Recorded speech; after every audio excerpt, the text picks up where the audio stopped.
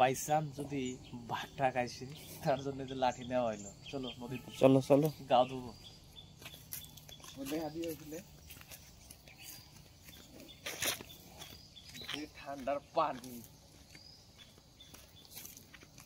এই গাছগুলা খুব দেখতে ভালো একদম পরিষ্কার। এই ফলটা দেখছো না? দেখো ফলটা দেখো। হ্যাঁ হ্যাঁ ফল মানে ফলটা দেখো। এই যে চেরি চেরি চেরি ফল চেরি ফল চেরি ফল দেখা যায়। হ্যাঁ চেরি ফল।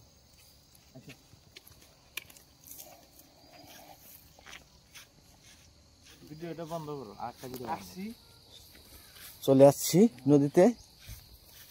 বাঘটা একদিন থাকে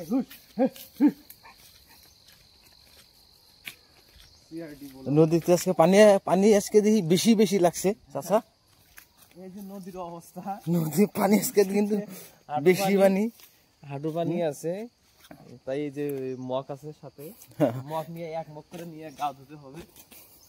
এটা যা আছে এই পাহাড়ের উপরে নদী একটা। অসংখ্য ধন্যবাদ। তো এখন গাইস আমরা এখন গাও স্নান করবো এখানে। তো স্নান করাটা দেখাই না। এই যে নদী, বিরাট বড় নদী। যেদিকে দেখা নদী,